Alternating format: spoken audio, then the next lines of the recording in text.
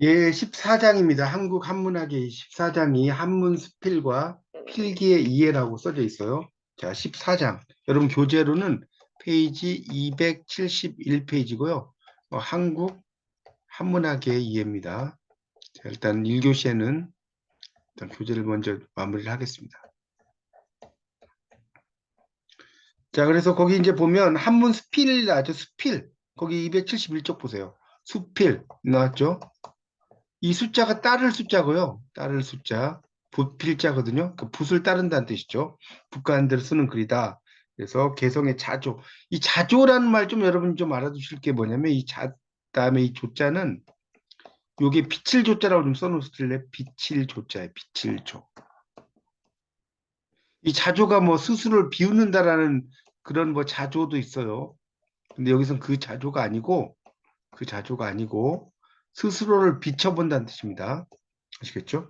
그래서 무형식의 형식 뭐 쭉 나오죠. 이건 뭐 수필에 대한 것이고 그래서 이제 우리나라에서도 이제 한문학에서 수필을 정의를 내렸는데 신우재가 수필집 초암 수필에서 이제 이렇게 정의를 했다는 거 밑에 나오죠.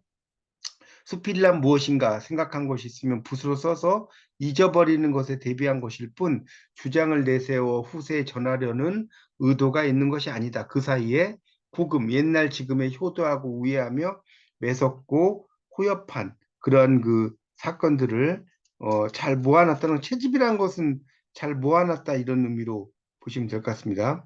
그래서 이제 그걸로 글을 썼다 뭐 이런 정도로 이해하시면 되겠죠. 하여튼 이 스피드라는 게 이제 여러 가지가 있는데 272쪽을 펴보시면 첫 번째 줄 나오죠. 논변유 이렇게 나왔죠. 논한다는 거 이 변은 분별한다는 뜻이에요. 분별한다. 논변. 그러니까 요즘 논설문 비슷한 거죠. 서설유. 그러니까 뭐예요? 글 서자에 말씀 설자죠. 글. 증서는 이게 줄 증자거든요. 줄 증자. 그러니까 뭐 뭔가 이게 받치는 글이죠. 잡기라는 것은 이제 전장류라는 것은 이게 전이 전할 전자고요. 이 장이라는 것은 이제 문서 장자예요. 문서 장자.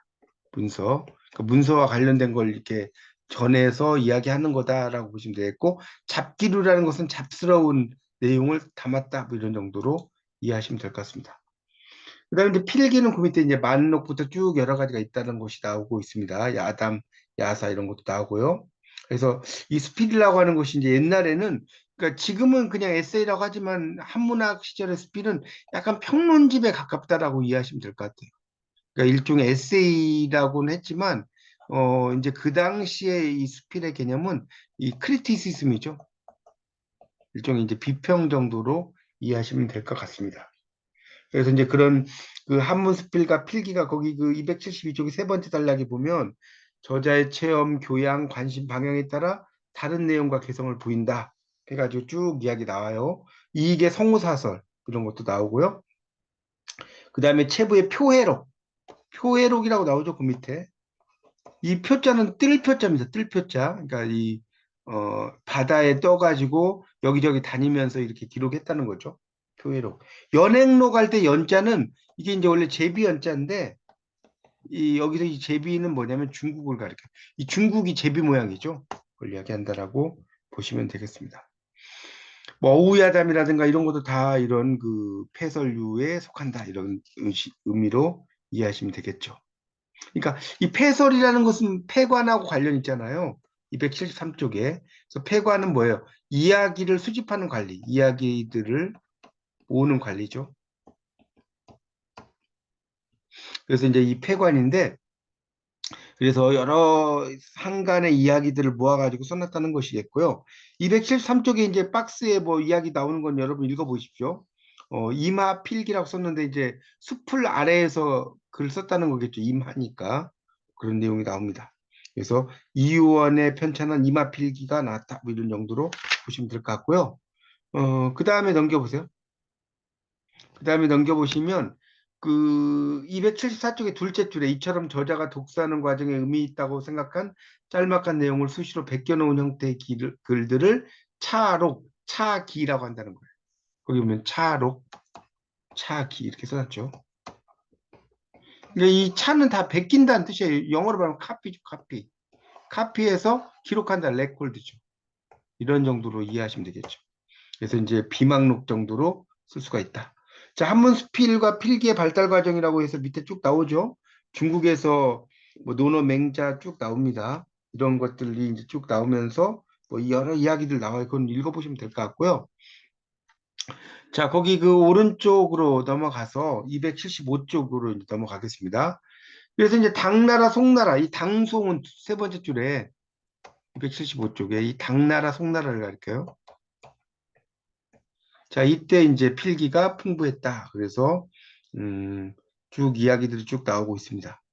그리고 그 다음 단락에 보면 이제 명나라, 청나라 시대에 필기류는 다른 범위가 넓어지고 저술 규모가 방대해졌다. 이런 이야기도 나오고 있어요.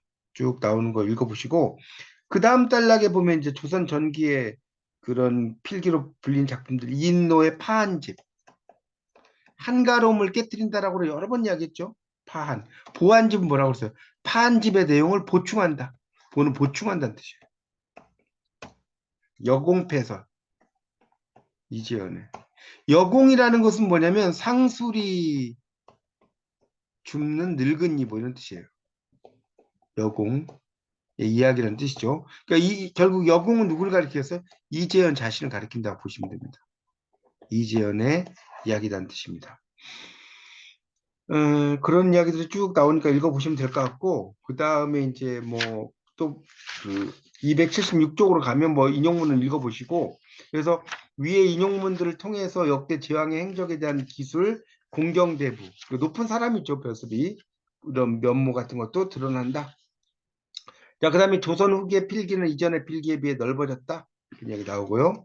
그래서 이제 그 밑에는 읽어보시고, 그 다음에 이제 277쪽으로 가보겠습니다. 277쪽으로 가면 거기 이제 두 번째 단락에 277쪽에 18세기 이래 조선 지식인들의 학문은 박물학적이었다. 자, 여기 밑줄 쫙 쳐놓으세요. 18세기부터 경향이 있었다까지. 박물학적. 그러니까 박물학적이니까 두루두루 박물관과 같다는 거죠. 그런 정도로 이해하시면 될 것 같습니다. 그래서 여러 작품들이 있는 거는 그냥 읽어보고 넘어가십시오. 자, 그 다음에 거기 278쪽의 인용문 밑에를 보면 조선 후기에 필기는 조선 후기 지식인들의 역사의식과 증대, 저서, 입설에 대한 강한 욕구에 의해 새로운 내용을 가지고 있다는 거죠. 그러니까 자기의 의견을, 입설이라는 말은 뭐냐면 설립한다는 거죠. 말씀 설자죠. 자기의 말을 설립한다 이런 뜻이에요. 이렇게 보시면 될 것 같고요. 그다음 279쪽으로 넘어가면 자, 279쪽에 한문 스필과 필기의 자료적 가치라고 나왔죠. 그래서 필기가 이 짤막한 기사와 자료로 구성되어 있고 폭이 아주 넓어서 거론할 수 없을 정도로 많다.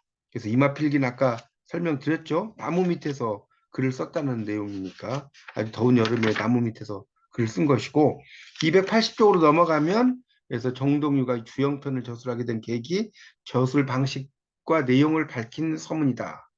그래서 낮이 긴 여름철 낮죠. 그래서 이제 그 주영이라고 나오죠. 주영 낮주자에 길영자예요. 그 한자 길다 낮이죠.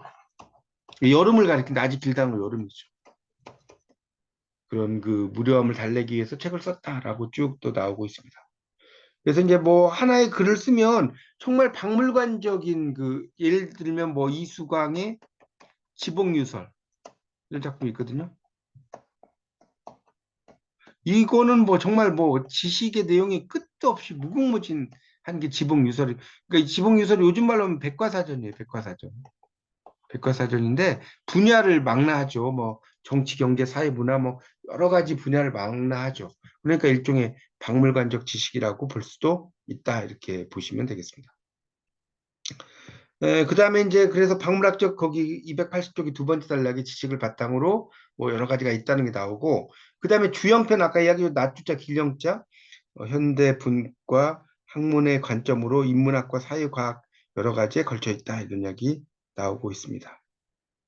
그다음에 이제 주형편에서는 이제 여러 가지 주제 나오죠. 조선의 사회 마지막 단락 보세요. 280쪽 사회와 민속, 제도, 문물 여러 가지를 다루고 있다.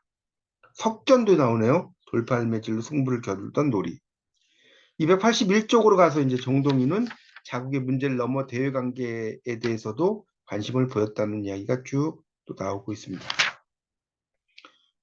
282쪽으로 이제 넘어가면 그 282쪽입니다. 그래서 음악뿐 아니라 곳곳에 시화를 숨겨놓고 있어서 문학 연구자에게 중요한 참고 자료가 되었다. 이런 이야기도 나오고 있습니다.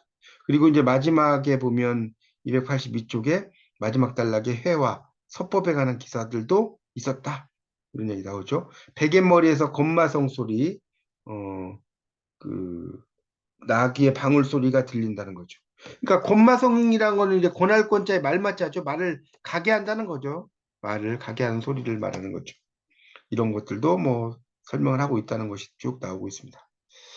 자, 이제 마지막이 15장 여성 한문학의 이해가 287쪽부터 나와요. 287쪽을 보시면 이제 이건 이제 여성 한문학을 이야기하는 부분입니다. 그러니까 일종의 거기다 필기하시면 좋은 게 남성들과 차별화되는 모습이다.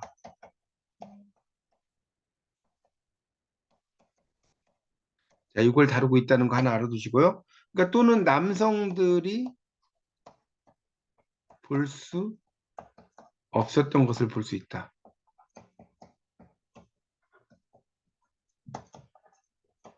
이런 뜻도 되겠죠.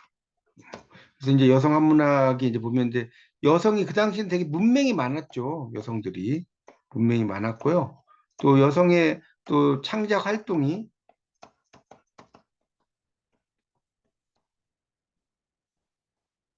지극히 제한적이라는 거. 그리고 또 이제 가정의 테두리를 벗어난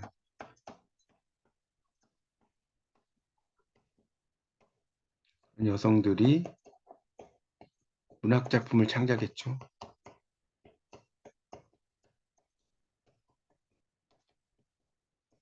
이런 내용이 나옵니다.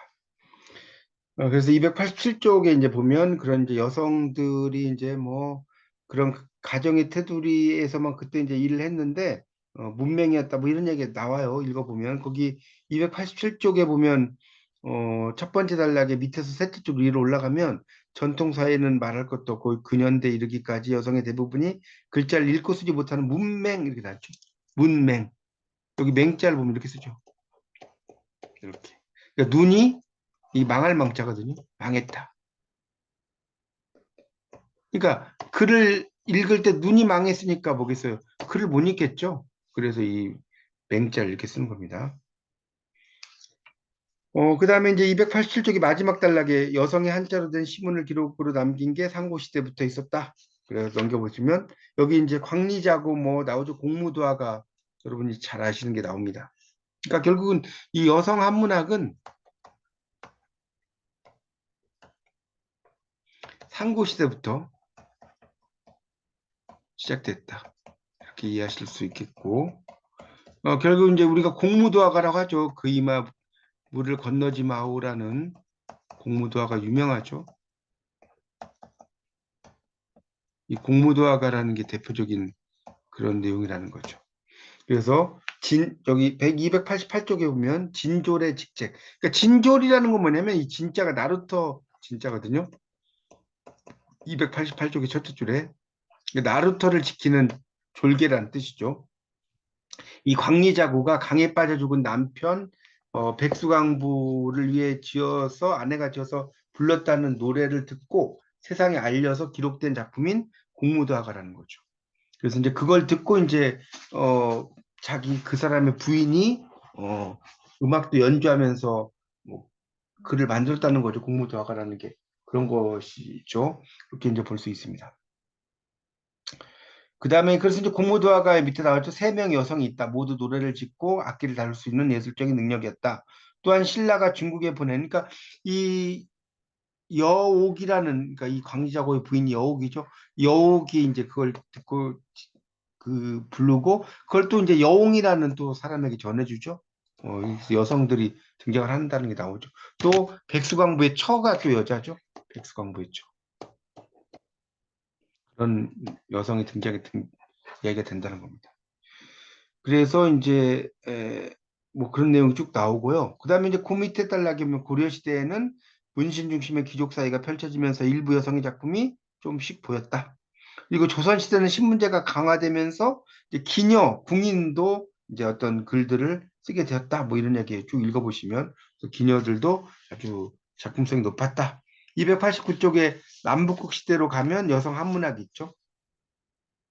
그래서 이제 여성들이 한문학, 이건 이제 아까 제가 설명드린 공무도화가가 나오네요. 289쪽 보면 첫째 줄에 공무도화가는 시대를 알 수 없지만 조선 사람인 진졸이라는 표현이 나오는 것으로 보아 사건과 노래가 발생하고 지어진 시기가 고조선, 채표의 고금주에 실려 있다. 어느 날 새벽 일찍 조선인으로 진졸인 광리자고가 강가에 나가서 배로 사람을 실어 나르고 있는데 멀리 바라보니 흰머리를 풀어치고 술병을 든 남성. 그걸 이제 백수광부라고 하는 거예요. 백수. 그러니까 이게 흰백자죠. 머리 숫자죠. 머리가 하얀 미칠광자죠. 남편 붙자죠. 그래서 이걸 이제 우리가 백수광부라고 하는 거예요. 머리가 하얀 미친 남편이죠. 그래서 이 백수광부가 이제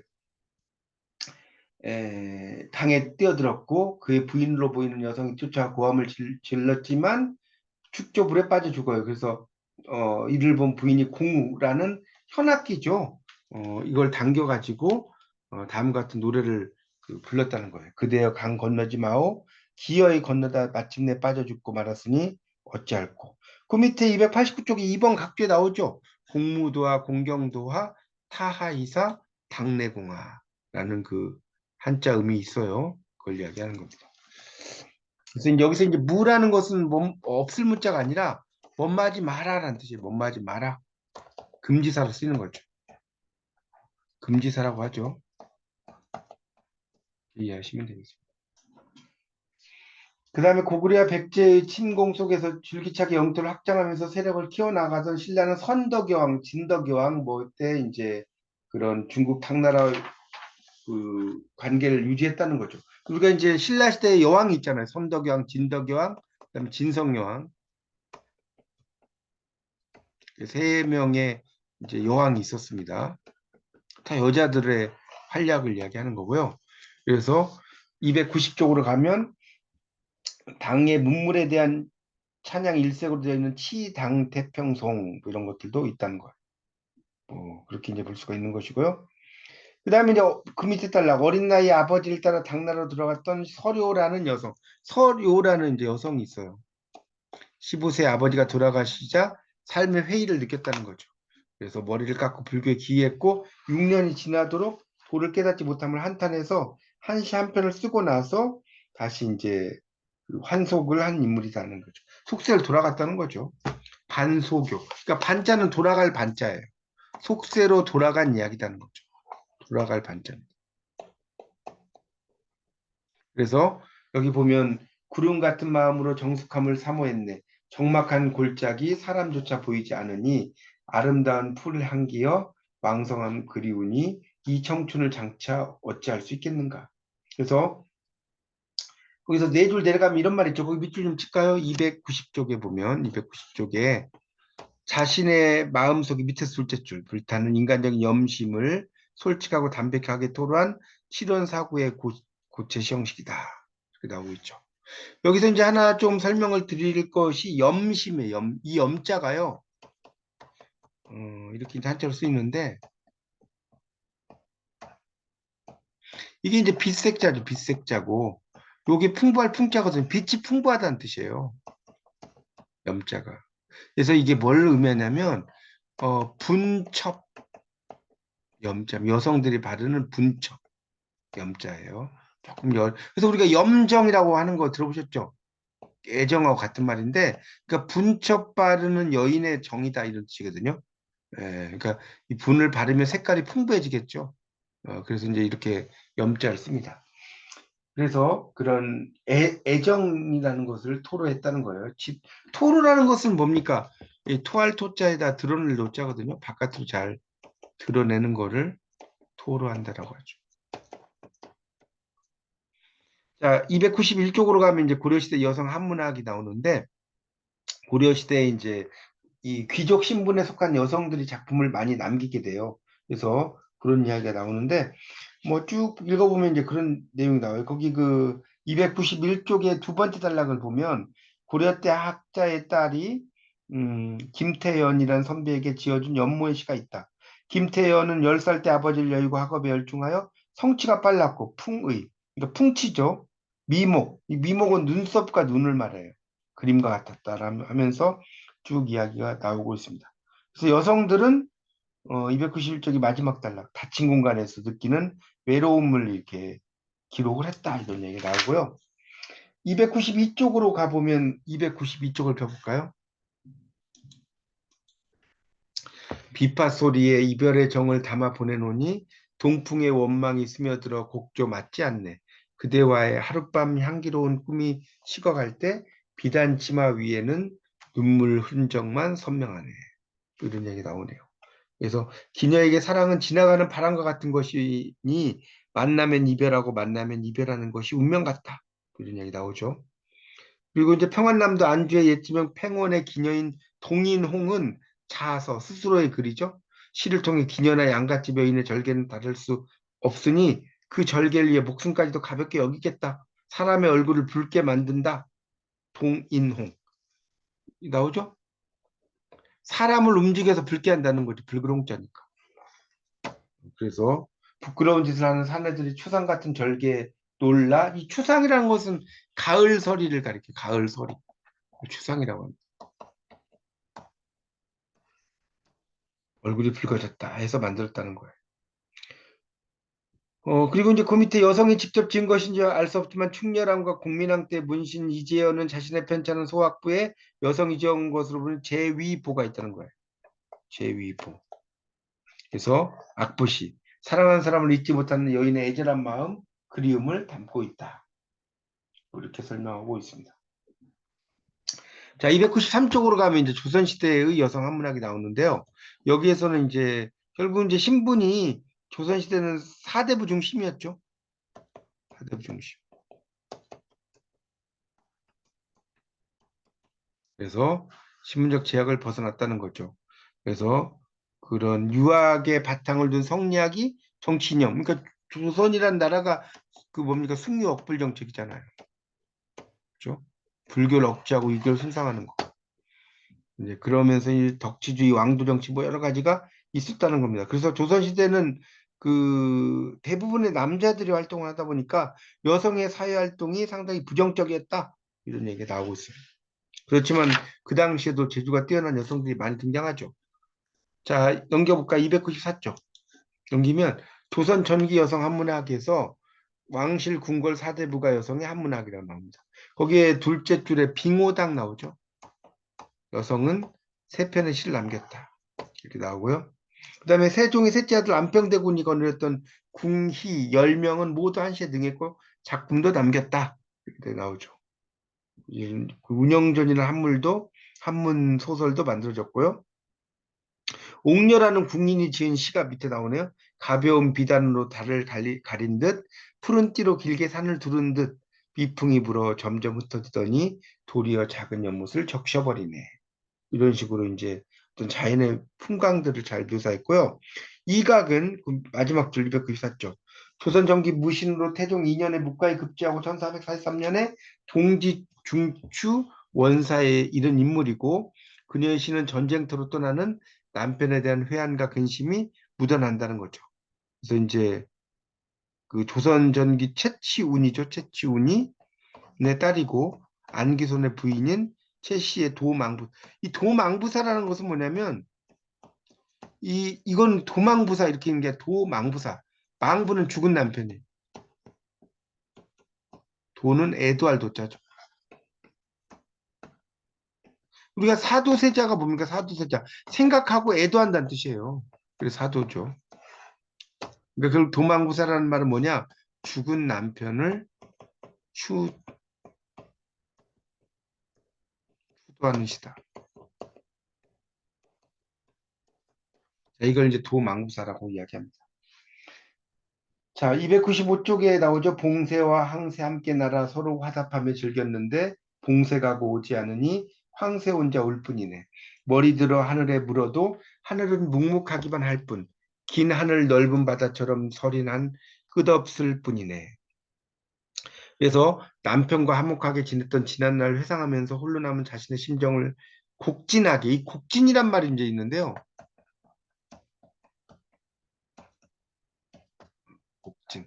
그러니까 아주 곡진이라는 것은 정말 거의 뭐 진실로 이런 정도로 이해하시면 돼요. 진실로 표현했다는 거죠. 화자의 슬픔 이런 것들도 나오고 있다는 거. 뭐 그런 작품들도 등장하고요.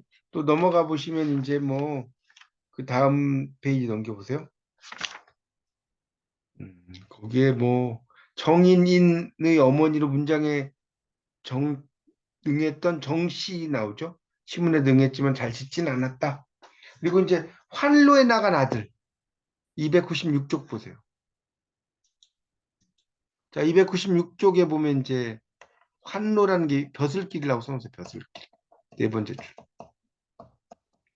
흰머리에 나그네 낚싯줄을 던지는데 초연하여 이 세상 사람 아니로세 만약 주문왕이 찾지만 않았다면 오가는 기러기 오래 벗을 삼았겠네. 이런 시도 있고요. 그 밑에 이제 김인벽당 마지막 단락 둘째 줄 또 나오고 있고요. 또 그 297쪽의 시들이 나오죠. 한스럽게 이별한 지 3년 동안 갓옷으로 홀로 겨울을 보냈네. 추풍 가을바람은 짧고 기민머리에 불고 찬 거울엔 뭐 새한 얼굴이 비치네. 뭐 이런 이야기도 하고. 그 다음에 또 신사임당이 등장해요. 신사임당. 너무 유명한.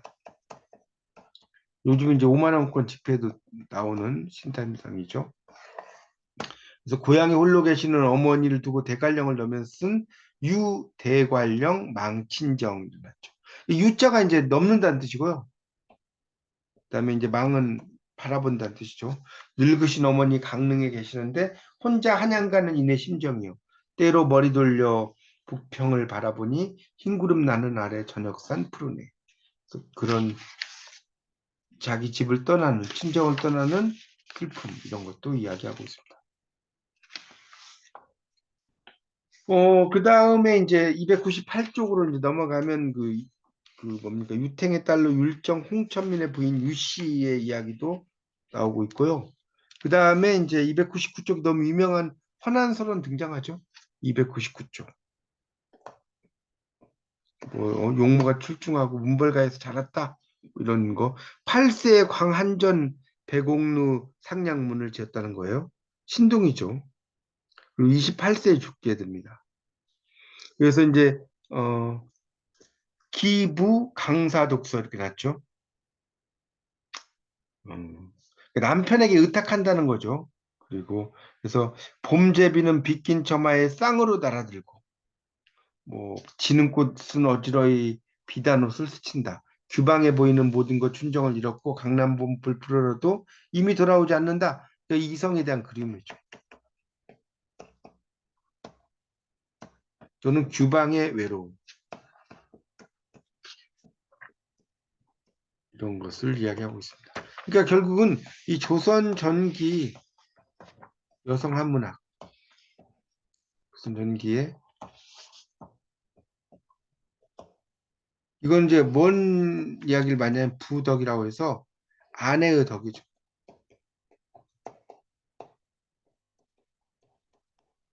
이걸 많이 노래하고 있다는 거예요. 자, 301쪽 볼까요? 301쪽에 이제 보면 소실과 기녀의 한문학. 그래서 이옥봉이 등장하죠. 이옥봉. 아주 유명한 이옥봉이 등장합니다. 그래서 이제 이옥봉이 양녕대군의 뭐 고손자인 자운 이봉의 서녀였다 하면서 쭉 나오는데 이옥봉은 워낙 그 글을 잘 쓰죠. 음. 그래서 이제 그 밑에 뭐 이웃집 여자를 위해 남편 대신 장사를 써주고 그 문서 같은 거 억울함도 풀어주려 했다가 운강에 버림받고 친정에 쫓겨가는 여도사다. 위인송은 사람을 위해서 위인 여기서 위인은 위할 위자거든요. 사람을 위해서 송사 그다음에 원통함이 원통함을 풀어준다는 거예요. 그런 사람인데 세스대야로 거울을 삼으며 물로 기름 삼아 버리 빛내 저희 몸이 직리 아닐 텐데 난군이 어찌 견우되리요. 이게 나왔죠. 그래서 이제 여러 그 작품들을 또 쓴 작가고요. 또 넘겨보세요. 302쪽에 보면 두 번째 단락에 함흥 기생 김섬 나왔죠. 임진왜란 때 동네를 지키다 승전한 애국 지사 천국 송상현의 소실이었다. 남편이 죽은 줄도 모르고 일본의 포로로 잡혀갔다.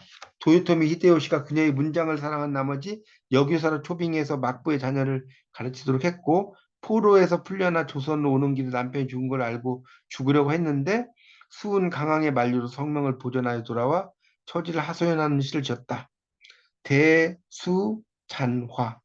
그러니까 큰 나무죠. 대수니까 잔화 남아있는 꽃 뭐 이런 거죠. 큰 나무 그러니까 여기 큰 나무가 뭘 가리키겠어요? 남편을 가리킵니다. 남편으로서 남편이 폭풍에 쓰러진 날 남은 꽃 이 남은 꽃은 뭐겠어요? 본인이 자, 남은 꽃은 거센 바람 맞았다 뭐 이런 식으로 쓰고 있죠. 그 다음에 이제 303쪽에 보면 두 번째 단락에 안동 권씨 석천 권례 노비였다가 기녀를 거쳐 나중에 석천 성로의 비첩이 되던 설죽이라는 여성도 이제 뭐 이렇게 시를 쓰죠. 난군 거우. 난군이 간 이후에 난군이 가신 후에 소식이 끊겨져 봄날 정로에 홀로 잠이 드네. 불 꺼진 방에 끝없이 우는데 두견 울고 백곳에 달이 지네. 이런 이야기도 있고요.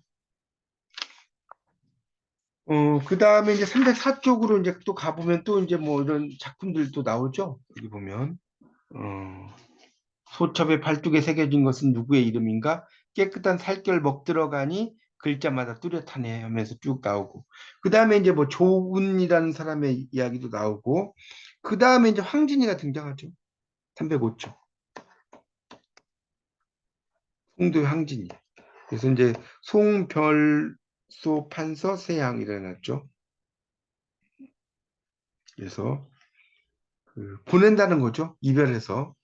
그 소세양인데 이분이 판서라는 거예요. 소세양이라는 판서를 보내면서 뭐 이제 이별하고 보내면서 이런 이야기죠. 달빛 내린 뜰에 오동 입은 지고 소리쑥 들국화 노랗기만 하네. 누가 건너파 하늘에 닿았는데 사람은 천잔의 술에 취했다네.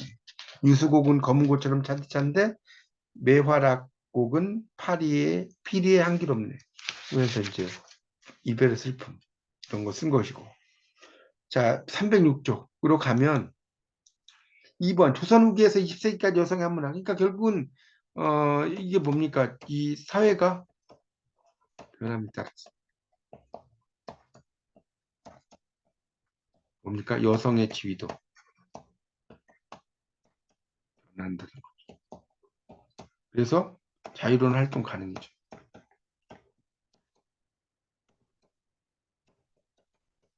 이게 이야기가 되겠죠. 자, 왕실 여성의 한문학도 이제 그 밑에 보면 307쪽에 보면 나오고요. 309쪽에 보면 사대부가 여성의 또 한문학들도 등장해요. 사대부가 여성들이 어떻게 글을 썼는지. 자, 311쪽으로 가보면 두 번째 단락에 그런 김성달의 그 딸 소대현 송효와의 부인 김호연제 시문을 잘했다. 뭐 유선사 같은 경우도 있죠. 유선사. 그러니까 유선사라는 것은 놀유자의 신선 선자거든요. 놀며 다니는 신선이죠. 그러면서 이제 상당히 도교적으로 쓴 작품들도 등장합니다. 자, 그 다음에 312쪽에 보면 서영수합 마지막 단락. 관찰사와 이조 참판의 서영수의 딸이다라는 것도 나오고요. 뭐 이런 사람의 작품들도 있어요. 화두 초월이라는 작품도 있고, 뭐 정말 이런 여성들의 작품들이 엄청 등장하죠. 그리고 316쪽으로 가보면 이제 사대부 소실과 기녀의 한문학도 등장합니다. 사대부 소실과 기녀의 한문학 이런 등장을 합니다. 그런 것도 여러분이 한번 쭉 읽어보시면 좋은데 주로 여성들의 작품 자체가 다 이별의 슬픔을 많이 이야기하죠. 317쪽에 나오지만 수양버들 푸르름 드리웠는데 그러니까 수양버들은 버드나무 이별 318쪽에 보면 두 번째 단락에 보세요. 부안의 기녀로 그 아전 이탕종의 딸 시문을 일으키고 기녀가 된 매창 부안에 가면 매창공원이 실제로 있어요. 그래서 이제 매창 집도 있고 유희경과의 어떤 사랑 이야기가 나오고 있죠. 그런 내용도 등장합니다. 그다음에 이제 320쪽으로 가보면 금선이라는 기녀의 시를 모아서 필사본 서책도 이제 지어놓은 게 청음, 맑게 읊조린다는 거죠. 그런 작품들도 있고, 그렇게 이제 볼 수가 있겠습니다. 뭐 여러 작가의 작품들이 있는데 뭐 구체적인 건 여러분이 한번 읽어보시고요. 이제 321쪽의 20세기 여성 한문학 최송설당은 몰락한 가문의 여성으로 훈장을 하던 부친인 최창원에게 글을 배웠다. 이런 얘기 나오고 읽어보세요. 322쪽의 밑에서 둘째 줄 오요원은 학교를 다니면서 문장을 배워서 한시를 또 지었다는 것도 나오고 있습니다. 그래서 이제 거기 323쪽에 촉도사라고 나왔죠. 촉도사. 촉도사. 그러니까 총나라의 지도란 뜻이 촉도라는 게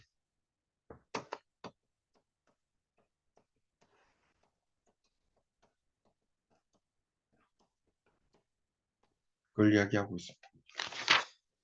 그래서 이제 쭉 여러분이 이제 이런 그 여성들의 작품들이 쭉 이어지는 내용들이 나오고 있습니다.